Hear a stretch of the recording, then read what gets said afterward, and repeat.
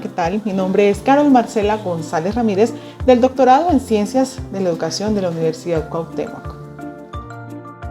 Diariamente como educadores nos vemos enfrentados a un mundo complejo, donde interviene todo lo que rodea al ser humano, en este caso los estudiantes, sus dudas, sus sentimientos, sus saberes, entre otros.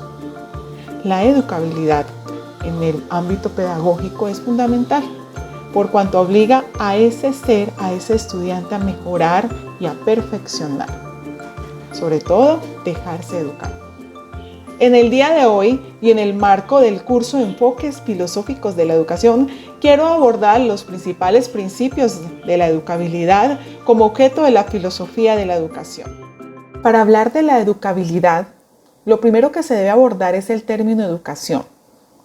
Desde el punto de vista del doctor Octavi Fullat-Genis, profesor investigador de la filosofía de la educación, esta es una actividad compleja en la que intervienen personas, acciones, objetos, sentimientos.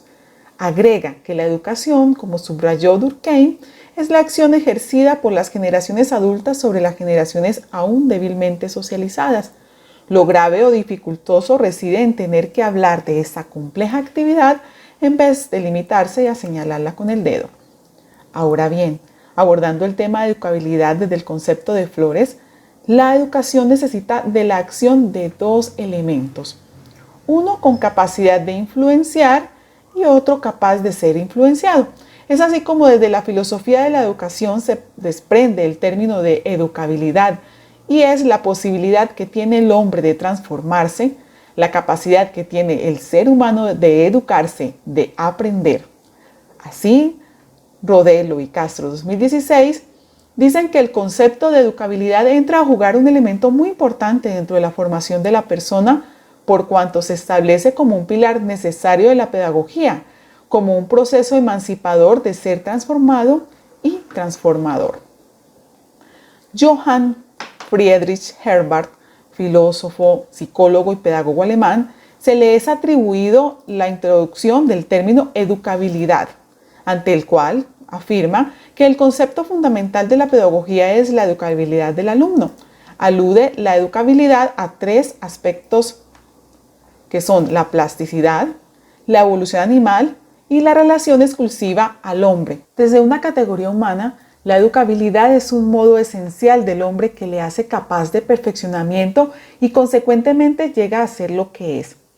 El hombre nace como un animal defectivo con una dotación baja de reflejos que no garantiza su supervivencia y esto es lo que nos hace diferentes a los animales y más frágiles que estos. Para Fermoso, la educabilidad es una posibilidad y una categoría humana que hace al ser humano único e irrepetible. La plasticidad en los seres vivos depende principalmente del grado de complejidad de su estructura biológica. Esto quiere decir, a mayor complejidad, mayor capacidad de respuesta y de flexibilidad de comportamientos.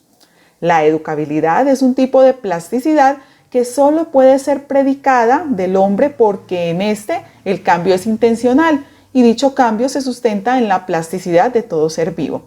La capacidad que tiene el hombre de comunicarse lo hace educable a través de una postura de apertura hacia los demás, lo que ciertamente permite que pueda tener una elección con respecto a situaciones que se le puedan presentar.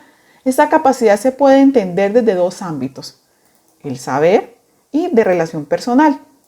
De acuerdo con Hubert Hens, educabilidad es la capacidad de aprender. Las limitaciones pueden ser existenciales, limitaciones oncológicas, las cuales condicionan la educabilidad de un ser en el cual no puede soñar con capacidades ilimitadas. La perfectibilidad es limitada, el hombre no es perfecto. El pesimismo pedagógico o limitante genético, lo genético es la base de la conducta. Dicha perspectiva es defendida por la corriente genetista del siglo XIX, según la cual nada o poco puede modificar el educador porque el código genético es la explicación de toda conducta humana. La naturaleza es el principal factor del desarrollo humano y está determinada por la genética. Este pesimismo conduce al fatalismo y, como dijera Herbart, donde no hay libertad, no puede haber educación. El optimismo pedagógico Esta perspectiva le da atribución a factores o causas ambientales a la formación de la personalidad. Se encuentran dos vertientes, la sociología y la psicología. La vertiente sociológica expone que a través de los grupos sociales los individuos se moldean y se configuran, es decir, que la personalidad no es innata sino adquirida o lograda con el tiempo. Edificada sobre los recursos que la naturaleza ha dado al individuo, la personalidad humana es un producto del condicionamiento social.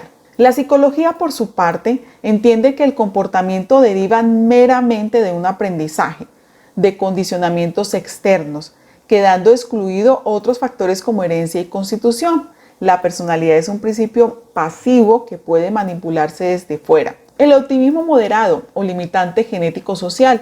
Esta postura combina herencia y ambiente. Desde esa perspectiva, la interacción entre el código genético y el ambiente es la más legítima explicación del desarrollo humano. Es comúnmente admitido que la plasticidad es prácticamente ilimitada porque las potencialidades están latentes. Según Cavalli 1970, solamente la interrelación de ambos vectores genéticos ambientales pueden permitirnos una aproximación a la explicación de la educabilidad. La primera contradicción emanada del mismo ser del hombre es la del determinismo-libertad, pues según escribió Herbart, los sistemas filosóficos que admiten el fatalismo o la libertad trascendental se excluyen por sí mismos de la naturaleza. La segunda es la oposición entre naturaleza y cultura. Esas estructuras no son solo medios educativos para la estructura individual, sino que poseen su valor propio, y el niño no puede meramente ser educado para sí, sino también para el trabajo cultural, la profesión y la comunidad nacional.